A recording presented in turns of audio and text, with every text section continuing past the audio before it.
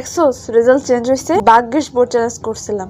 ভাব একবার, যদি বোর্ড চ্যালেঞ্জ না করতাম তাহলে কি হইতো? বোর্ড চ্যালেঞ্জ না করে যদি আত্মহত্যা করে বসে থাকতাম তখন? আত্মহত্যা করলে তো বয়া থাকতি না, কবরে হইয়া থাকতি এখন।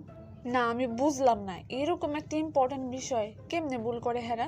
আবার টাকা দিয়া খাতা দেখার লাগছে, কেমন কথা? এই যে আবার টাকা গেল, আর অনেকেই যে আছে বোর্ড চ্যালেঞ্জ করে না, এগুলোর দায় কারা নিব কত দিই? এখন তো দেখতেছে রেজাল্ট পাওয়ার পর সবসময় বোর্ড চ্যালেঞ্জ করার লাগবে ভাই। আমি তো ভাবছিলাম রেজাল্ট চেঞ্জ হইব না, কিন্তু আল্লাহ কেমনে যে চেঞ্জ, মানে কি কম। না ভাই, সবারই উচিত রেজাল্ট পাওয়ার পর বোর্ড চ্যালেঞ্জ করা। আমি এটা বুঝে গেছি ভাই। এখন থেকে পরীক্ষার পর রেজাল্ট আইলে লাগে বোর্ড চ্যালেঞ্জ, খালি ফেল যাই বা না যাই। হ, 5 থেকে যদি ফেল আহে এর লেগেই তো আমি দেইনি।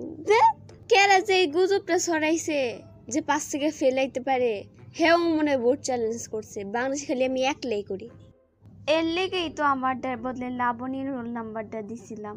দেখ, মাঝখান দিয়ে ফ্রি ওর রেজাল্ট হয় না, আমার রেজাল্টে ভালো হয়ে গেছে।